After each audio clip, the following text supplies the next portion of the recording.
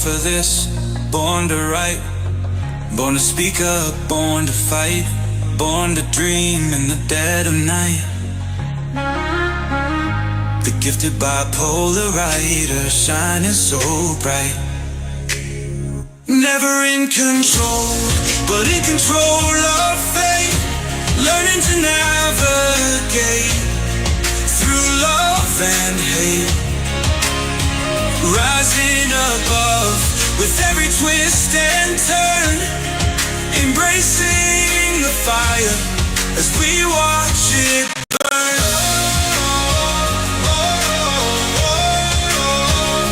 Embracing the chaos, finding the light. Breaking the chains, taking flight. Riding the waves with all our might. Writing our story in black and white. Never in control, but in control of fate. Learning to navigate through love and hate. Rising above with every twist and turn. Embracing the fire as we watch it burn. Through the highs and lows, we find our way. In the darkest moments, we still find day. The pen in our hand, the power we hold. The story unfolds as we break the mold. Never in control, but in control of fate. Learning to navigate through love and hate. Rising above with every twist and turn. Embracing the fire as we watch it burn.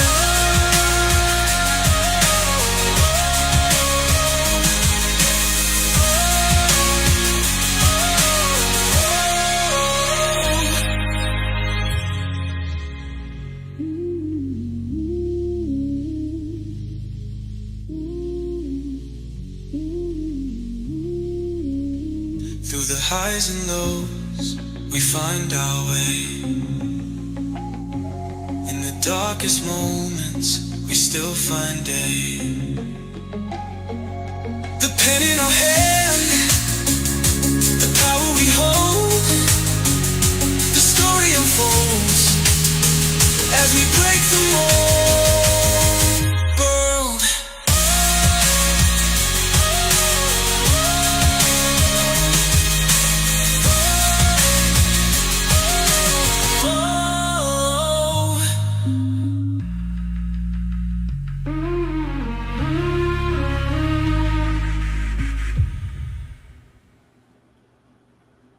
Welcome to Nick Never in Control.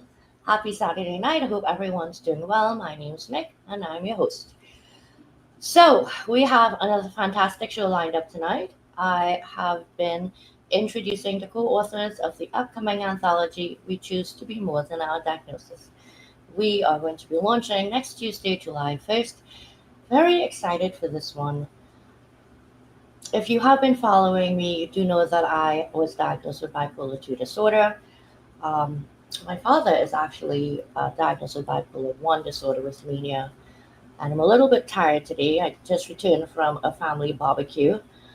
Haven't seen my family in a few months. And one aunt is visiting from Trinidad. So I actually was able to give her the proof copy that arrived yesterday of the anthology to take home for my father.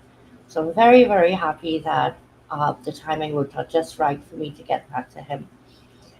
I see all of you out there, and I want to say welcome to Margaret, Leslie. I see you there. Paul, it's nice to see you, and Jerry, Charles, and I do believe Brenda Lee's popped in, and Sharon, hello. So tonight you're going to meet Rachael Garnett, Sandra Behe, and Crystal B. If you're not familiar with these ladies, in the post that I shared for the event, I shared the links as well, and I would like to encourage you to please go connect with all of them. They have all been diagnosed with either ADHD, CPTSD, My goodness, my brain just went. So today we want to come on and talk about my remote producer, Aaron Gibson's back there making monkey face at me. Not funny, Aaron. This is live and this is Nick. So, this is just me. We want to bring people up to talk about, how their diagnoses affect them daily and why it is they choose to write in this book. It is so important that we share our stories. I believe in the power of healing and empowerment through owning your story. And I believe that it is really important to let other people out there know that they're not alone. They're not the only ones out there struggling, and that there are people out here to help if they need help. So before we dive into bringing them up, I am going to share a couple of fun things coming up. Starting with, let's see what we're starting with here.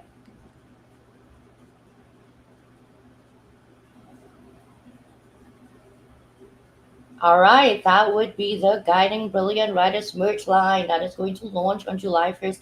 I am so excited. We have several designs of t-shirts. One of them is the Guiding Brilliant Writers book club.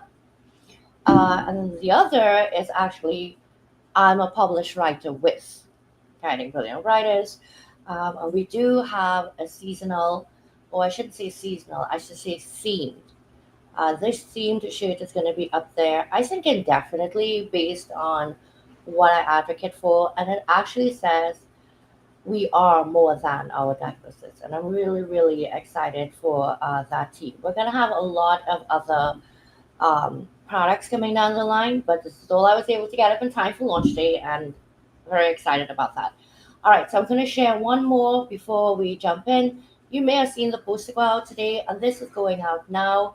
It typically would not have gone out for another month or so. However, um, in a very nice way, based on where I am with scheduling, the Legacy Chronicles that we typically have released at Christmas will not be releasing at Christmas 2025.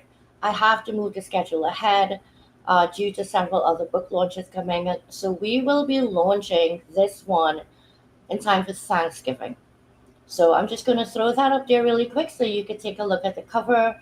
I designed this today, and right now we are going to be doing 21 chapters, and we have 7 of these chapters already filled. So if you're interested, please make sure you send me a DM after the show. And I'm going to go ahead and pop that up on screen right now so you can take a look at that one.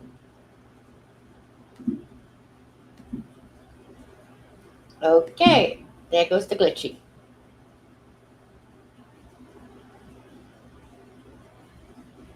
All right, so bronze book this year. Last year we had the gray.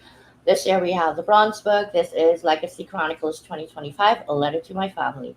Again, if you have any interest, please reach out to me after. And a little bit of a share.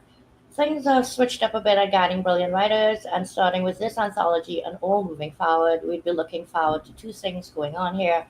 1, global distribution through Ingram's Box, we're going global. And 2, the first 90 days of sales royalties are split among the co-authors. Yes, you're writing, and you deserve to have something back for all the work that you put in. All right, so let's get the show started. Mr. Gibson, would you please bring our guests up? Hi, girls. Oh, thank you so much for being here. I know I kind of brought you up quickly. I usually babble a little bit more, but we have 3 guests, and I want to make sure that everybody has their time to share. So we're gonna jump right in, and I just want to introduce you guys a little bit to everyone. Sandra Behe, I met recently. I had the pleasure actually of working with her on her book cover for Unmuted Myself, which was recently released. She won 17 awards. 17. Go check that out on Amazon. Sandra is an immigrant, and some of the things she's faced in the corporate world is definitely, not far removed from my experiences. And I'm really glad that she wrote a book such as this. People oftentimes step back and squelch their voices for fear of repercussion, for fear of judgment. Um, And in some ways, there is some alignment to the book that's coming now with a different theme. Um, Meet Rachel Garnett. Rachel Garnett is an AI expert. Yes, I said that, AI expert. One of these good old days, Rachel's gonna grab me by the back of my hair and be like, "Listen, lady, you need to get on board the AI train." I know she will, and if anybody that's going to do that, it's going to be her. Rachel, actually, I shared this in the post because this is a little different, but it's something I think is so cool about you. She's actually an upholsterer expert. Like, you have to see what this woman has done with remodel. And of course, she's a cat lover, so that already makes me love her because I love pets, period. So, all right, Crystal. Hi, Crystal. I'm glad that you made it. I know you worked, and you're a little heavy on the headache there. Um, Crystal has done a fabulous job with the theme song for this book. If you have not heard it, I am not my diagnosis. We have a big treat coming for you on launch day. So we can't wait to see you there. Crystal, Phoenix Rising. Crystal is a publisher as well, and she's also authored many books. And she is quite a sensation on YouTube. So please go over to Crystal and subscribe on her YouTube channel. You raised me up a little too high, but thank you. I have to say that. I'm not that big of a sensation on YouTube, but thank you, sis. I appreciate it. Listen, I have like 18 subscribers. Trust me. You can listen to her. Anyway, so ladies, welcome, welcome. So we're gonna go round robin, make sure everybody gets a chance. I guess I'll start with Sandra because you're next to me. Sandra, why don't you share with us a little bit about yourself and where you're tuning in from today? Thank you. No, I'm super excited to be here, Nick. I remember the first time I watched this show, and now I'm here, so it's pretty cool. I remember just really very vividly the first time I tuned in this show, and it was super cool. You were sharing a video that you made for someone overseas, and it was really, really inspirational. But anyway, I'm in New Jersey. And I have lived in New Jersey for almost 2 decades, but I was born in and raised in Colombia. So yeah, I'm a first generation Latina, and I worked for 18 years in global logistics and supply chain in corporate America. And on paper, I was always thriving, but inside I was always constantly pushing, proving, and performing, trying to keep up with expectations, and that they never really felt quite like me. But I learned that we don't need to become someone else to thrive. We need to unlearn the noise that told us that we were not enough in first place, because that noise that that internalized pressure to be more focused, more polished, more normal, disconnect us from who we really are, right? And when we quiet that noise, we gain clarity about our values, we find our voice and our true direction. So in NLP, like many of you know, and Leslie speak a lot of this when I joined her shows, and I'm a neurolinguistic programming trainer. And in NLP and transformational coaching, I work with what we call be, do, have model.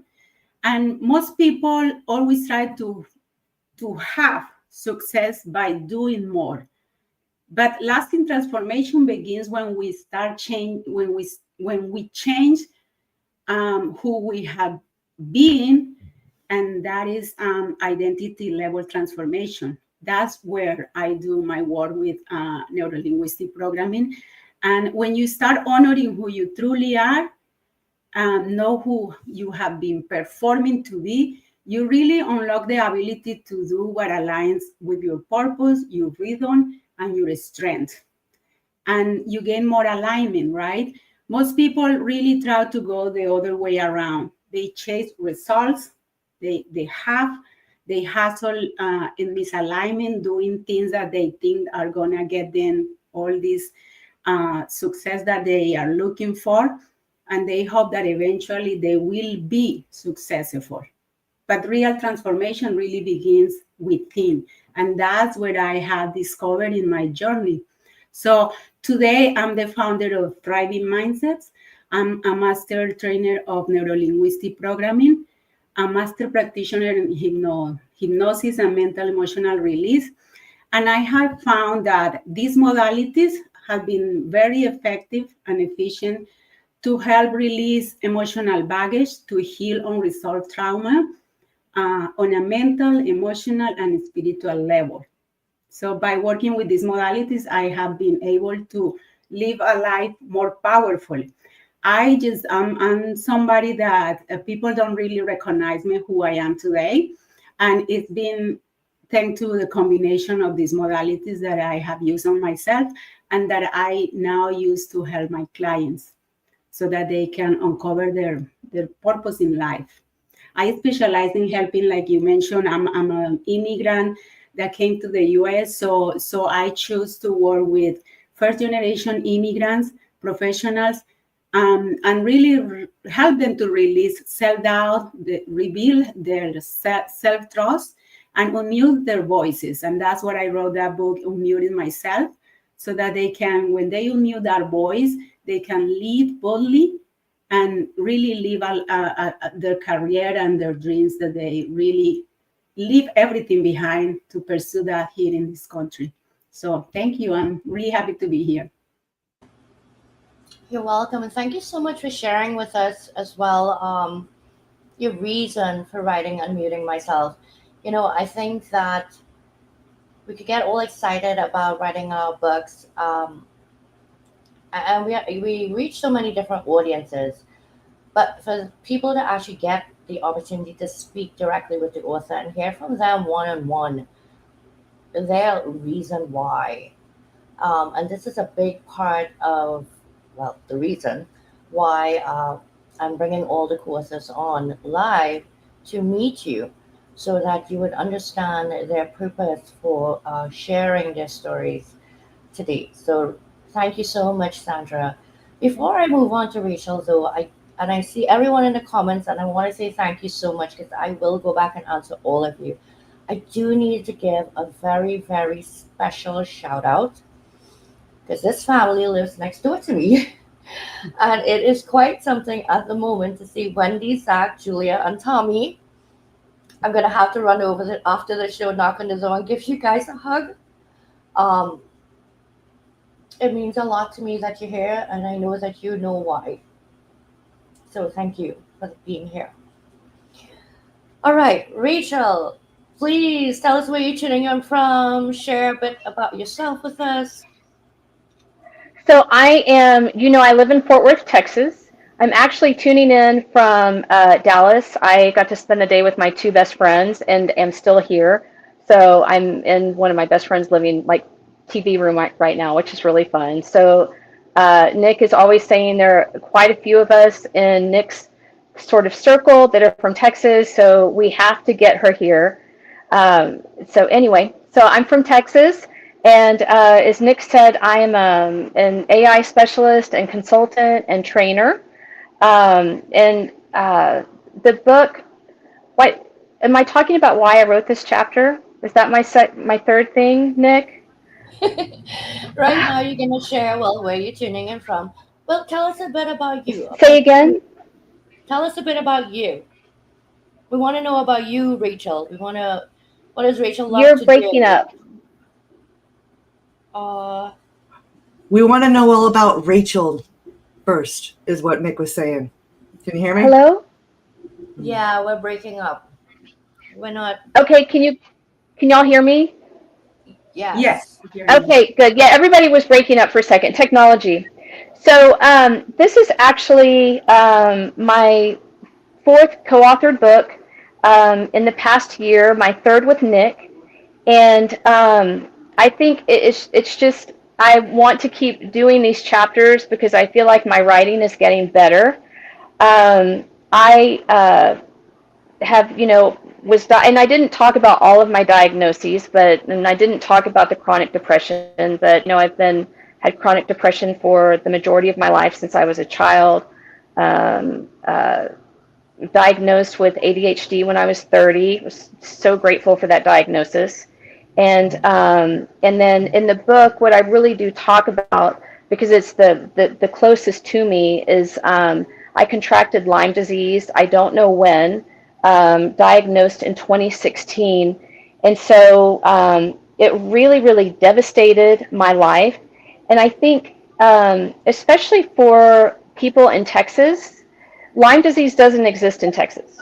It's not like medically, it's not a thing, and it's very difficult to get treated here. And so I did want to share a little bit about my experience with that, and have just very much enjoyed, I guess, learning how to write about myself, because I'm not typically an emotionally expressive person in terms of talking about those things. And especially around the Lyme disease, because I was not diagnosed for so long, I did not ever know how to explain what was wrong with me. And being able to put a voice to that, and also being able to talk about sort of my journey with AI and how AI helped me recover from a lot of the neurological damage that I, have from the Lyme disease. And just kind of that, how I became an AI consultant through all of that, really through making AI art. And so it's just very exciting to be able to share that. And I had not really shared that before. I always tell people I started using AI by, creating AI assisted art. But talking about, the neurological aspects of that, I thought was a really awesome, opportunity to have. And I love being on this call with Sandra, because I'm also a certified hypnotherapist and love NLP. And I think, Sandra, you and I had talked about, Dr. Matt, and just some really incredible spiritual practices that brought me back from, I guess, the brink of, just being really devastated by the Lyme disease, which really did absolutely devastate every single part of my life. So being able to share that, and that I've, moving past it, I think is the thing that's the most incredible. I think you did a phenomenal job with your chapter. There was quite a different perspective there for me when I did the editing of it. And there's actually another writer that spoke a bit about AI as well in her chapter. And it was enlightening to me. I want to say that I'm anti-AI, Rachel. But you and I have had this conversation a million Mhm. times. And there is so much to learn. And, I know it's an incredible tool. But I never considered it something that could be a part of um, a way for people with ADHD to adapt. And Mm-hmm. when I read the chapters, lots of things started to just click in my brain. Like, oh wait, I could see how that. Um, Thank you so much for sharing. And thank you for tuning in from where you are. I know that it's a little funky with the reception, but we will get through this. Thank you. Crystal, where are you calling in from, Crystal? Who are you, Crystal? Well, I'm calling in from Missouri, sorry. Slip of the tongue there. Can't you tell I love the state that I live in? But for those of you that don't know me, I am Crystal Behe, also known as Crystal Phoenix. Like Nick so wonderfully pointed out, I have a YouTube channel. I basically am a advocate for not only mental health, but domestic abuse awareness and recovery. I am a certified coach, trauma trained in that field, author, publisher, and ... Although I do, I like to give a lot of the credit for how much I have grown to our wonderful Nick and a lot of the LinkedIn community who have helped me grow and recognize the different things that I actually do have a voice in, that it matters. And so I have taken the lessons that I have learned from them and people like Nick and Aaron and Leslie, and have spread the wealth and helping others gain their voice and grow as well. And thank you again for the shout out on the anthem for our book. And yes, after lots of headaches, our surprise on release day is going to be amazing. I'm very much looking forward to it. But yes, it is going to be a lot of fun. Let's put it that way. So, and I want to thank my amazing YouTube community. I keep seeing comments pop up from my channel because I am streaming there as well. Henry, poet, thank you guys for coming. I do appreciate it. Without you guys, we wouldn't be here. Nick gave me my first chance in an audio room, Aaron and Alive, and well, now you see what I'm doing. I'm almost to 500 subs within, and I'm helping Nick's channel grow and everybody else, like they helped me grow, and that's how we are, so I'm gonna shut up now. No, everything that everybody has to share is important. Thank you so much for that. I have been bringing everyone up in panels, about 3 at a time, because we are 16, including myself, who have contributed to this book. And I have said it every show, the last 3 shows, but the reason being is I really want people out there to see the diversity, right? We're all from different backgrounds, we all have different careers, different walks of life, different ethnicities, we're into different things, we have different hobbies. But what ties us together is that we have all been diagnosed with one thing or the other, that whether we have to treat it through medication or pain management, mindset, we're all here and we're all in this together. And even if we don't suffer the exact symptoms, even if we don't use the exact practices to bring ourselves, to a point where we can wake up and not just function every day, but really go at life hard. Because I would tell you that people in this book, we're going at life hard. So, that extra bump in the road is just a reason for us to really floor it. At least that's the way I feel. I'm like, you're going to put a speed bump there, I'm going to floor it. I'm getting over that bump. I don't care.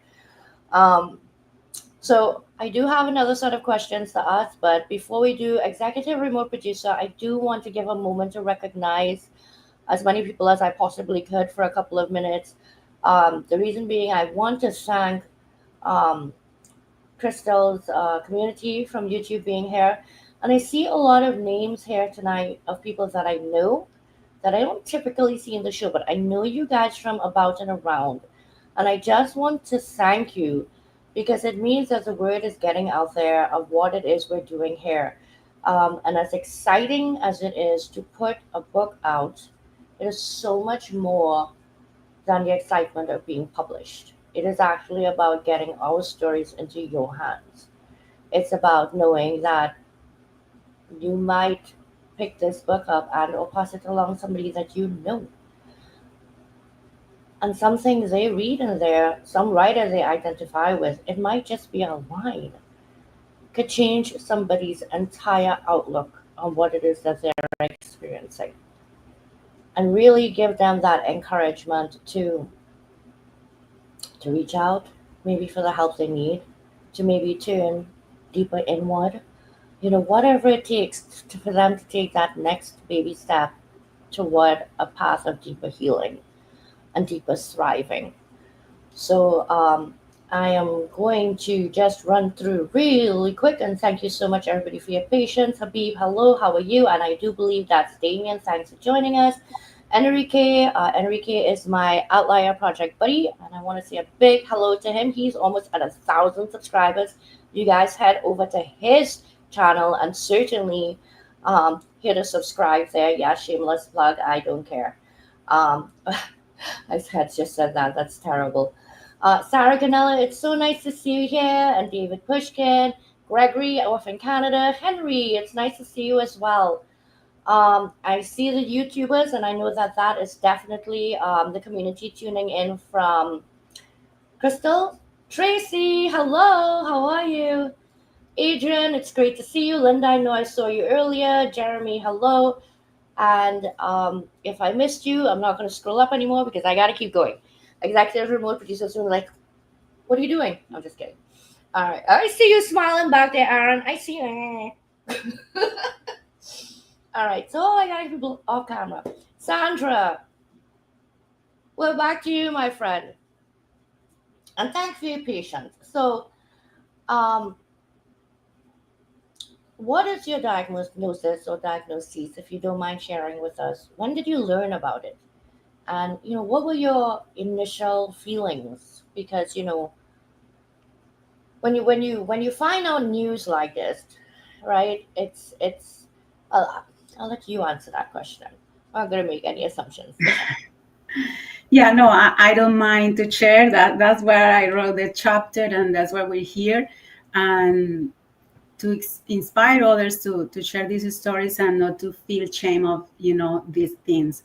For me, it was a little bit different, Nick and everyone. I wasn't officially tested in the traditional clinical way, but in adulthood, I was evaluated through conversations with my doctor and later prescribed with medication for ADHD because there were signs that I have always struggled with, and I just didn't know how to name them, right? Ironically, it was when I wasn't looking for a diagnosis for me, actually. I was looking for answers about my son. I started learning about ADHD after my son's teachers, they kept flagging his energy, his movement, and his inability to sit still at school. So it wasn't until school came into our home during the pandemic that I really saw him. And when I saw him, I just started seeing myself with these struggles that he had. And as I started reading books and watch more videos to support him, I found that I was checking off many of the boxes for this disorder. So it wasn't not just checking about boxes about distraction, but the emotional ones, the overthinking. I was reading a lot and I started seeing, wow, the overthinking, the shame, the constant need to prove that I was capable, even I was drowning inside.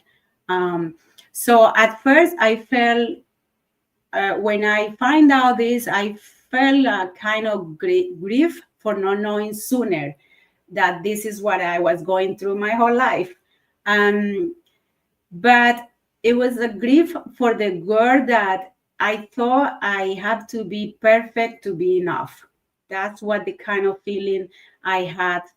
But now I feel relief and power, really, from knowing that this is what was going on with me, because now I understand how my brain works. I stopped blaming myself and I started building a life that supports how I'm wired. And that's what I make all the changes that I make in my life.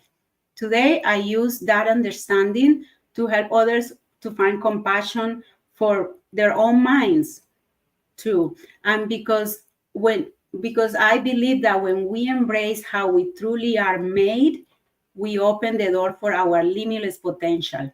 And that's what I really find out when I embrace, the way that my brain works. I'm just always was a multitasker. So when I was working in corporate America in the industry that I was thriving. I was the best at that. But as the time went on and I was changing in levels, I find out that I struggled with the multitasking, that I needed more to be more focused in projects and in things. So that's when medication really helps and makes a difference for me.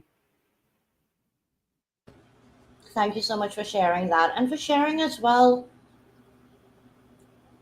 your particular journey and the fact that you weren't even aware, right, to some extent, that Right. you were dealing with things that you didn't have to, and or there was a reason for it. Um, and then you went in search of answers for your son. And this is when you made the connection, right? And I could only imagine facing it as a parent, and then now facing it as yourself, right? The layers involved there.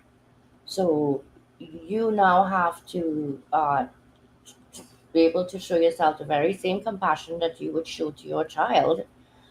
It's two different age groups, but it is the same diagnosis. Um,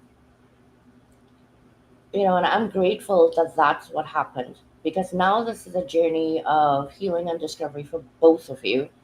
And not even healing, to be honest.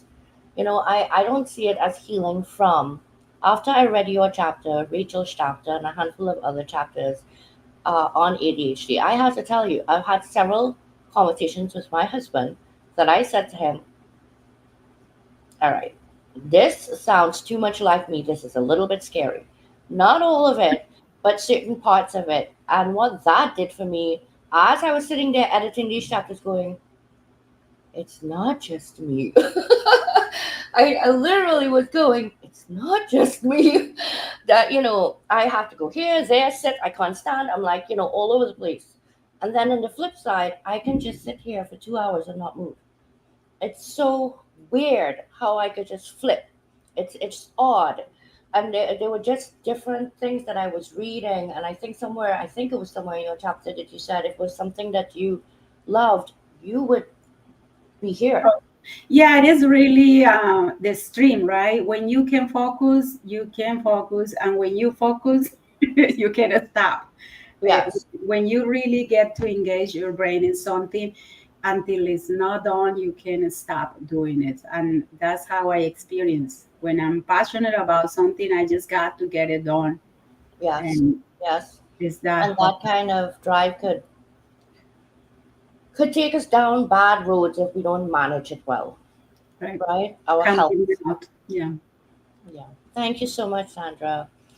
Rachel, so you did share with us a bit about your diagnosis, I should say, and of course the Lyme disease. And I am glad you're getting into that, because oddly enough, and this was where my please don't mind my ignorance, however you want to put it. So Lyme disease is caused by a tick bite. Mhm. Okay. It's so funny that you would say this. I know a couple of people who do have it. And incidentally, my neighbor sent me a text message yesterday that says, the ticks are very rampant this year. Make sure you spray your yard. Mhm. Interestingly enough, and you mentioned Texas, it's not really a thing out there. And I live on Long Island. I'm on a little over an acre. So, my perimeter is surrounded by trees. And occasionally in the summer times before, when Emma's been outside doing a little work, he would tell me, "Oh my God, I found a ticket over here." I'm like, "Get away from me!" But I mean, it's scary because you don't think about it, right? This is every day, just going into your backyard, mowing the lawn, cutting some branches off the trees, and I can't imagine the tailspin that threw you into. Um, well, I want to ask you if you're comfortable, just touching on your depression, chronic depression, because you have two boys, and Mhm.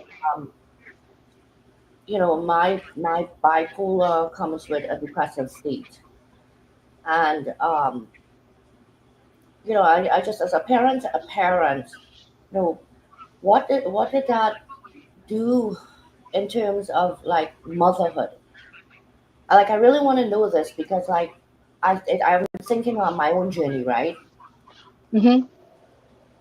So I think uh, I was diagnosed with chronic depression when I was 18, and you know a little bit of my a pretty abusive history. My mom was bipolar, and I think I had when I was younger there were a series of very big events that happened, and the way my doctor said it, they said that when you have a traumatic event happen, I think your brain, and I am not a brain scientist, so anything I say, if it's wrong, just let me go. Anyway, so your brain like produces a lot of serotonin to sort of make up for that, to help you with that. But if it is continually producing so much serotonin, it just shuts down. And so the description from, my psychiatrist at that time, so I'm 55 now, so this was a very long time ago, was that, my brain had probably stopped producing serotonin because of all of these traumatic events.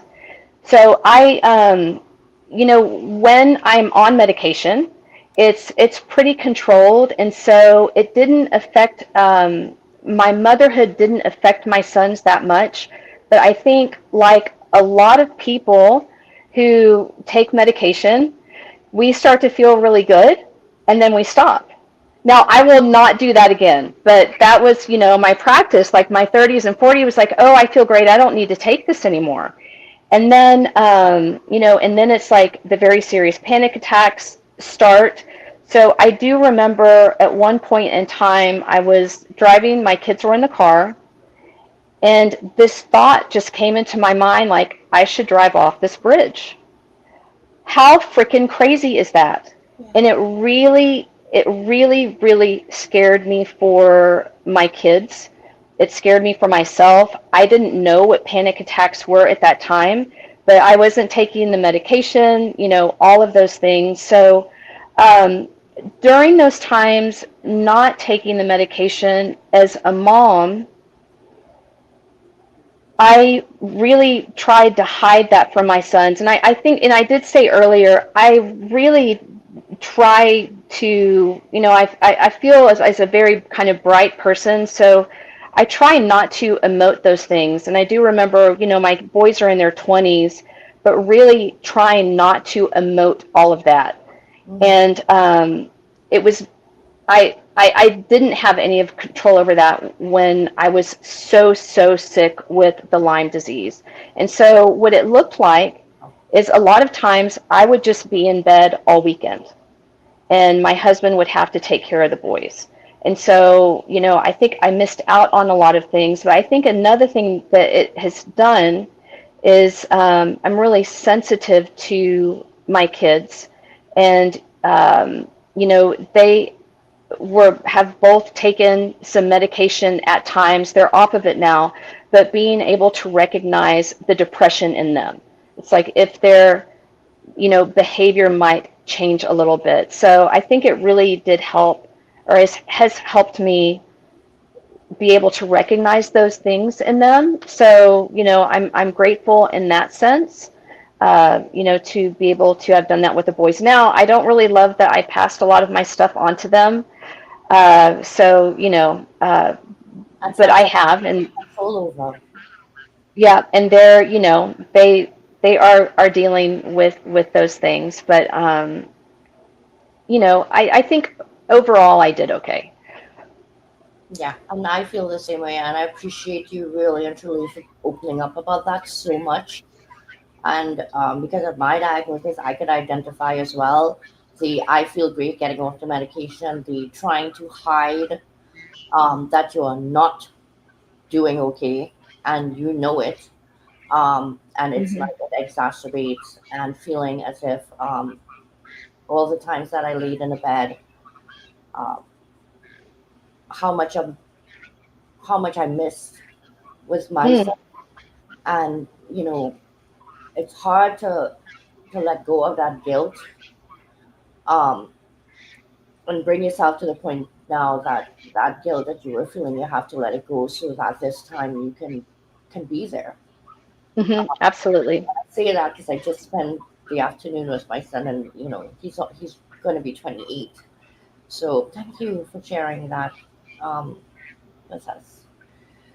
Crystal, please, would you mind sharing with us what your diagnosis is? And Absolutely. So my diagnosis, we have all night. Well, I'm sorry, I had to laugh at all that was the point of the comment. For those of you that don't know me that well, I am usually good for the comedic relief. for that little break in the tension. It's something that I've always done. It is actually part of my neurospicy and my ADHD. I've come to recognize that. But it's also just part of me. I've always wanted to be the, if I see things are getting a little too intense, I will make that silly, inappropriate comment to get the giggle, to break that tension, kind of like Aaron's mental health breaks in a way, But and I just listed 2 of my diagnosis. I have ADHD, CPTSD, and I am neurodivergent. I am on the spectrum. I was not diagnosed properly until I was in my 30s, which is actually what my chapter goes into, is the fact of not being properly diagnosed with the ADHD and the depression and things like that when I was a child, when I should have been, and how it affected my life as an adult.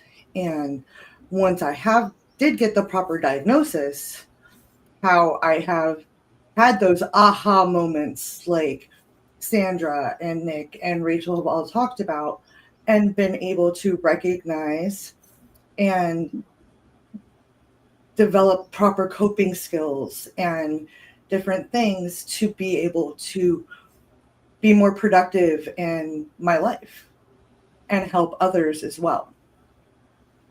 And Leslie made a comment that I really love. We don't give enough credit to our partners who help take care of our children or just the laundry and things like that when we are in those moments.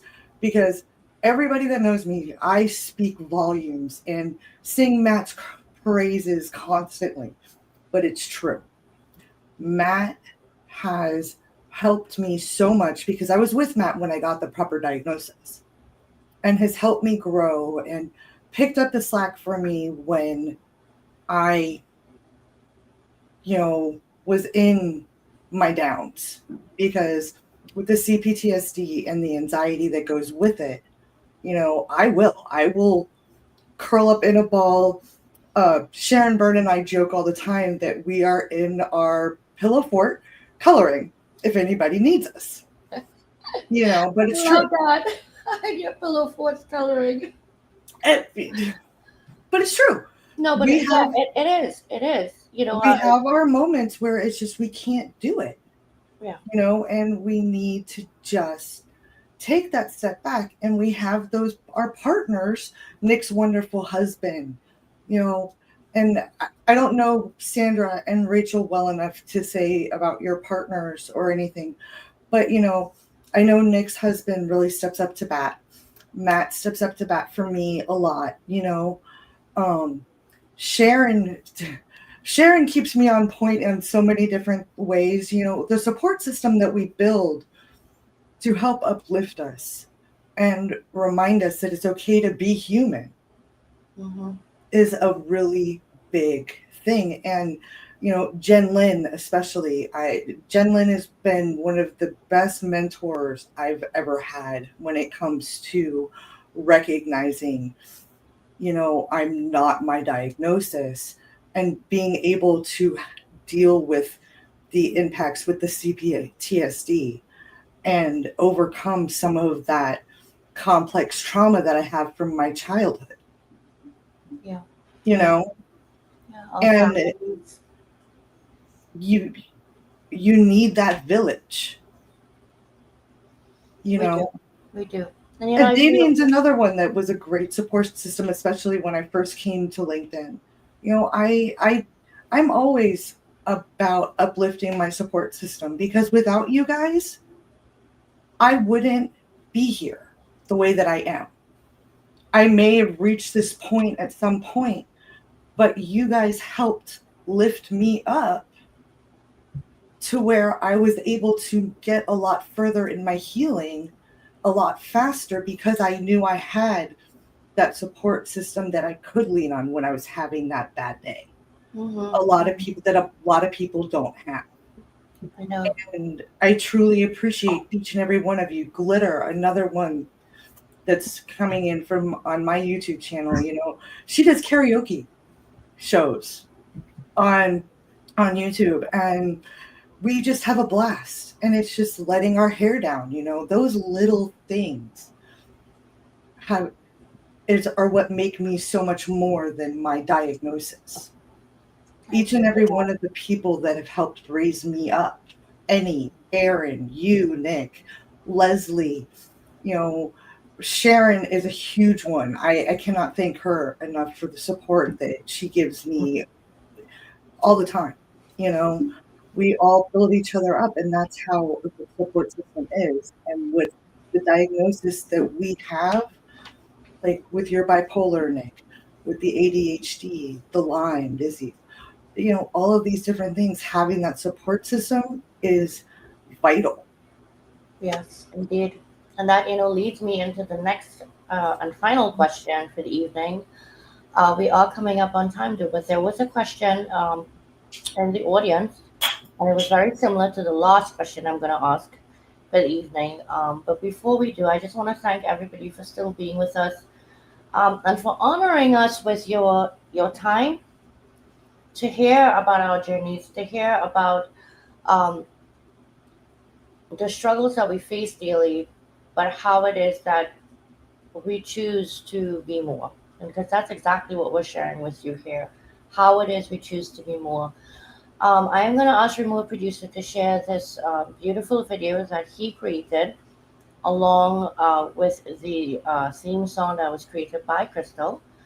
And after we listen to this, we will go into the last round of questions.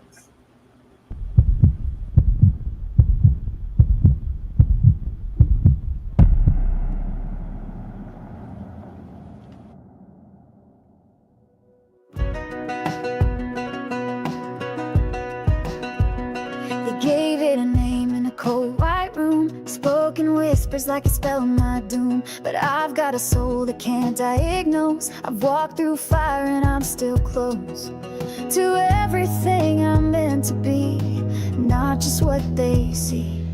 I'm not my diagnosis, I'm not their doubt. I've got a voice and I'm gonna shout. I've got dreams that won't be tamed. I've got joy they can't explain. So don't you write my story yet. I'm more than limits and regret. I'm still rising year by year.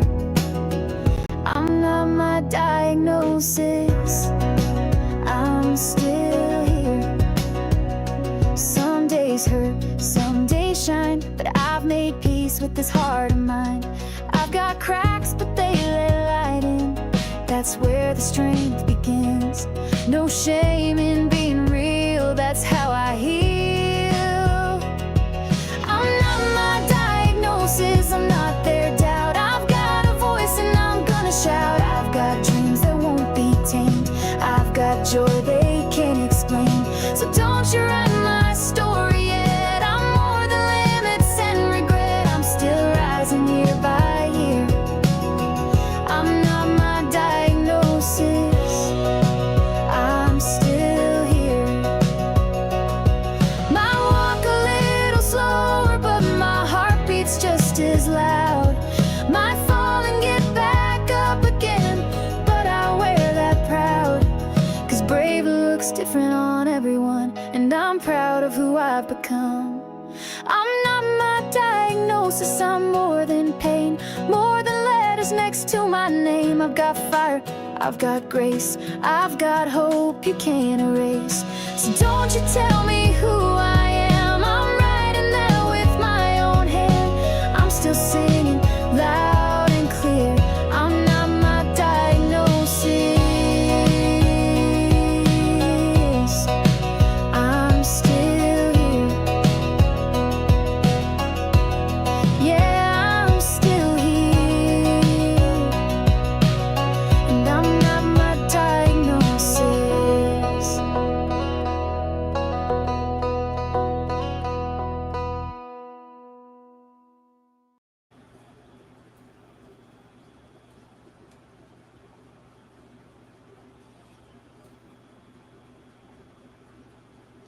Thank you, my amazing remote producer Aaron Gibson back there, for all that you do, for taking this song, this beautiful piece that Crystal wrote, and handed it over to you, and you created your magic, and the two of you really came together and put something together that represents all of us in such a touching way, in such a healing way, in such a, it's beautiful is not the word to describe it. There is subtle strengths in that video.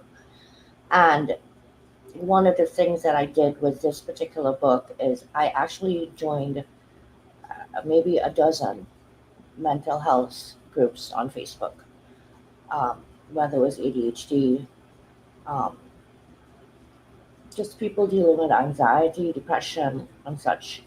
And I've been sharing this with you in those groups. Um, just saying, you're not alone. And if you have a moment, you need to look at this. Those few minutes of looking at that song and listening to those words and seeing those images have the power to really shift people and the ways that they feel about themselves, and what they're waking up to every single morning, right? So we have only a couple minutes left, so we're going to run a couple minutes over. If you are able to stay, if my remote producer is okay with that, um, smiling back there, because there was a question up by Damien, and that um, ties into my last question. So I'll just ask you guys to keep it brief, so we don't keep everyone. Why did you choose to write in the book? Why now? What challenges did you face? And that's his question. What did you learn about yourself through the writing process? Sandra, we'll start with you. You're on mute. I just want to say real quick about what Crystal shared about, our partners and the support that we get from them is so true. And I'm glad she mentioned that, because in my case, right, with struggling with ADHD, you're always trying to make deadlines. And without the huge support of the partners, taking care of the kids, picking it up from the school, when it was your turn to do that, but you still need to finish a project that you didn't do, anyway. So it's very important. And the other thing about Crystal said about the community that we have here in Lincoln, the different communities that are here are so important for many people to really come with who they are. It's just a space that we can do that, and that there's not everywhere we can do it. So I find this community in Lincoln, many communities, really important. Encouraging people just to be themselves, and to share and use their voice with what they struggle. Anyway, and going to the question, why did I choose to share my story? Because for many years I was always performing a version of me of success that really didn't include me, who I really was. And I know that I'm not alone on this. There's so many people, especially immigrant women, who are praised for being strong, for being adaptable, being capable, while silently burning out, right? And I'm wondering why everything feels harder than it should be. So that is my why. And my chapter captures the internal experience of undiagnosed ADHD in women, while also the experience of ADHD parenting, like you said before, Nick. So writing this chapter was emotional. I cried while I was revisiting the old version of myself that I had ignored for years, but it was also healing. I think it was. Um, because in my book, Unmuting Myself, I have mentioned ADHD, but I didn't go deeper into what it was like. But writing this chapter for this anthology allowed me to dig deeper into this experience and it really made my voice even more clear about who I am. So, and if readers of my chapter, when you read my chapter, if something I want people to take away from this chapter is that you're not really broken if you're facing this diagnosis or any other. You are not too much. You were just simply trying to function in a world that was never designed with your brain in mind. And I say this just looking at my son. He is so smart, but the system at school, it want him to learn the way that the system is designed for them to learn, to still and learn just like everybody else learns. He doesn't learn that way, but he's very bright, right? So there is nothing wrong, with the way that we feel, that we think, or that we process. And once we stop trying to be like everyone else, we begin to rise as exactly as we are. So that's why I did this. Thank you. Oh my God, you hit on so many things there. And yes, systems, so many systems are put into place, and those systems actually limit us. Limit us because, as you say, there's never been a revisitation of changing systems to allow for the development of certain things and changes in individuals and the way that they process, no matter what that diagnosis is. Rachel, what about you? How, what did you feel writing this chapter? Did you learn anything about yourself? Nick, I really did. So, before I was diagnosed with the Lyme disease in 2016, I had really come into a lot of fabulousness with the ADHD. And so I really caught my stride in my life, and I built a career with an estate sales business that was, Sandra's talking about systems not being built for our minds. I built a system for my mind, and it was wonderful. I mean, I was like living my best life. It was great, and I thought I would do it forever. So when I was finally diagnosed with the Lyme disease and became so sick and was in bed for about 8 months, I carried so much guilt about that. In addition to that, I suffered a lot of neurological damage, and one of those things shows itself with words. Like, I still have a lot of trouble recalling words or saying things. My mind is working a lot differently now to try to say the things that I say. It's kind of hard work. But it's interesting because before I did estate sales, I was an art teacher. And one of the things that I did with my students is Betty Edwards. She's a wonderful artist, but she has a book called Drawing on the Left Side of the Brain. So, learning about the difference between, our language and the way that our brains process images. And so one of the things that I learned more scientifically was around how when I started creating AI art and using those words to create images, I was creating new neural pathways for those words to get out. And I never knew how to express that. And so when I started doing research, I started doing a lot of research for this book.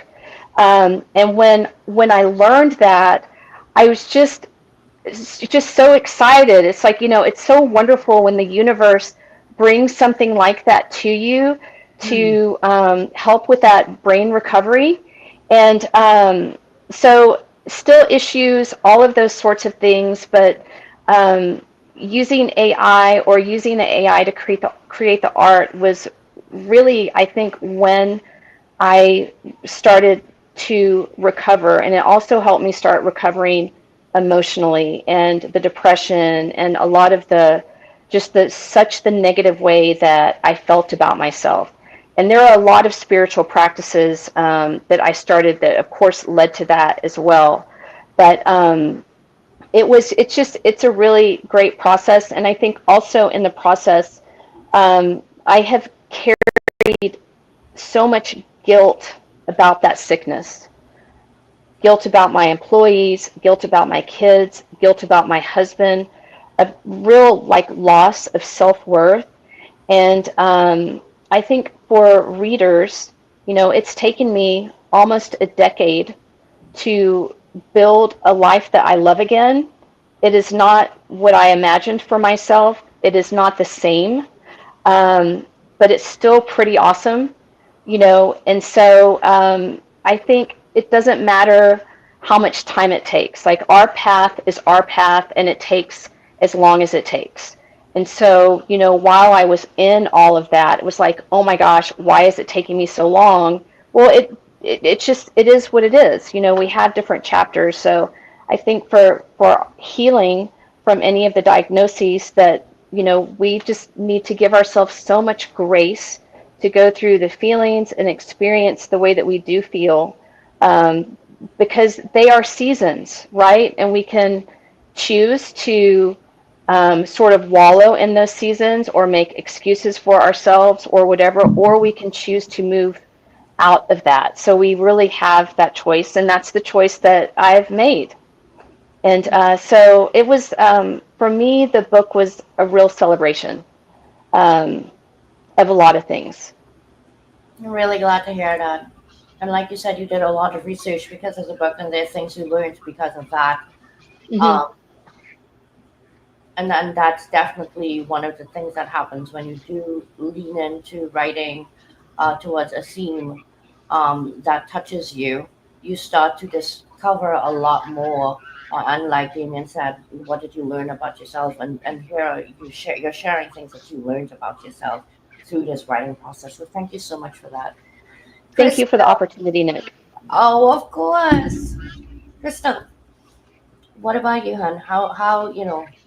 How did this feel? I mean, you've written before, but you know, did you learn anything new? Well, I mean, this will be book 9 for me. But this one I will admit, this one was different. And for me, because most of the time I'm not writing about my ADHD. I'm usually writing along the lines of my healing from the domestic abuse. I'm not writing about my diagnoses. But Nick, you know, I wanted in on this project in some form or another from the moment you announced it. You know, even if it was just promotion.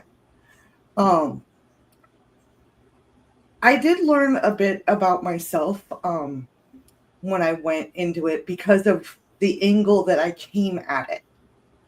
You know, within my chapter, you know, talking about how the generational trauma that had put the block on me being properly diagnosed as a kid and everything, you know, I did it. It wound up being a lot of the, you know, inner child work that my beautiful sister Jen Lynn is constantly telling me to embrace, you know, that angry 16-year-old. So there was a lot of growth within me just writing in this chapter, you know, and I love writing in the anthologies, you know, because I get to meet new people like Sandra. You know, Rachel and I, we've worked together on other projects before, you know, but Sandra was a new one for me. And we've spoken and it's been beautiful. You know, I've given her some more stuff on ADHD that she didn't have. Yeah. Things like that. You know, we get to build those friendships. And it's just, it's always growing, taking part in one of these projects, whether it's learning a new style in my own writing, helping others. I always grow a little bit with each book. You know, I won't lie. Doing this one has inspired me for a new anthology that I want to do myself. You know, I, you know, put a couple feelers out to different people, just seeing if it would be something they would want to read or take part in. And I've gotten a lot of positive things, you know. So it's just every time we write together, whether it's a Nick production, a Crystal Phoenix one, or whatever. I grow a little bit, whether it's in my own writing style or building new friendships. And that's why I keep going with the writing, you know. And yeah, it did help me a little bit more with my own ADHD and CPTSD, reading the other chapters from everybody, especially with people from those that have similar diagnoses with me. I learned new coping skills just by reading the chapters. So I learned a lot just altogether in this book. I can't wait for it to be published, to promote, and for the world to be able to learn and grow the way that we have as a group writing it. Thank you, Crystal. Thank you so much. Thank you to the audience for sticking around a little past 9. To the ladies for being patient. You know, we got an opportunity to actually share what we had to share without being rushed, and I appreciate that. And we have some exciting days ahead of us. So I love you all. I will chat with you all very soon. Before long, we will be all published once again. See you backstage. Oh, another beautiful episode. Thank you to my executive remote producer for all that he does to support me. And a reminder, yes, to our support partners out there. I loved that was raised so much this evening. I have started a program called Our Bipolar Brilliance, and that is a weekly Zoom call for people who have a diagnosis and their support partner. I think it's an incredible opportunity so that your support partners can meet my support partner, which is my husband. And as I told Aaron, I was a bit tired tonight and a bit unprepared.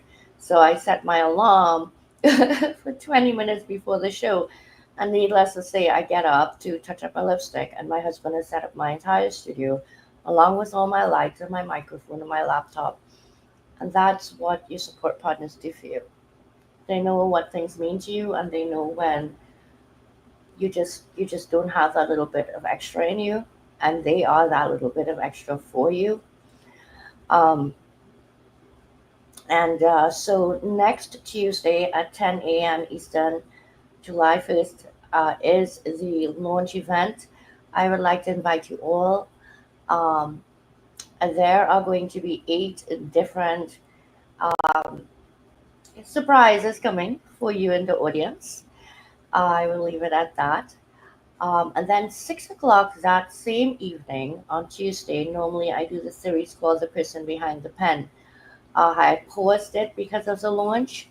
Next Tuesday, The Person Behind the Pen at 6 p.m. Eastern will air live. And I will be reading live for the first time on my show. And I will be reading my chapter from We Choose to Be More Than Our Diagnosis. So look out for that event as well. I wish everyone a wonderful rest of your weekend, and we'll see you next week for another Nick Never in Control. Good night.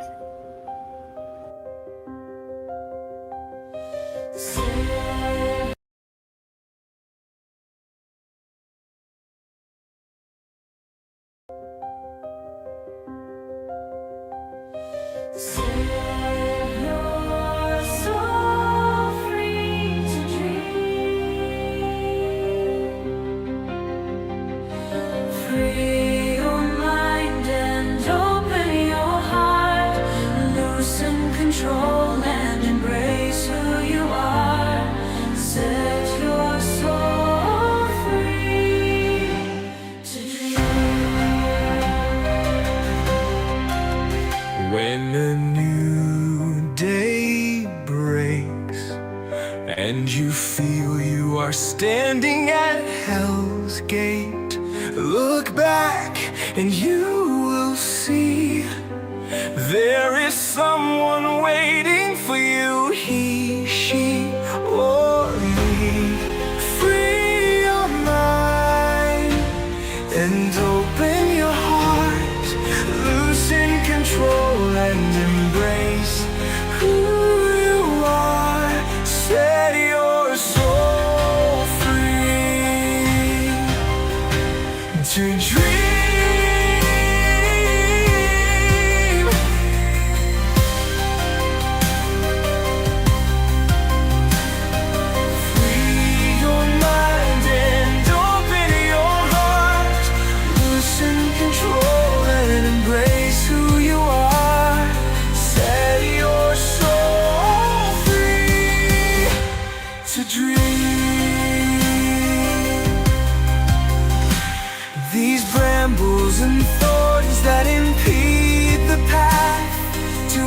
greatest selves. But the test to our willingness and strength to find our greatest wealth. Free your mind and open your heart. Loosen control and embrace who you are. Set your soul free to dream. Come dream with me.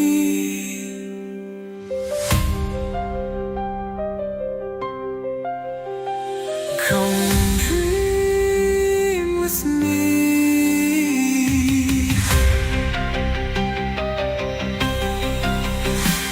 Come dream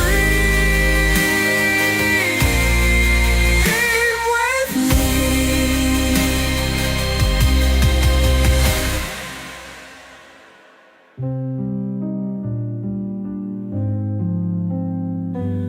Come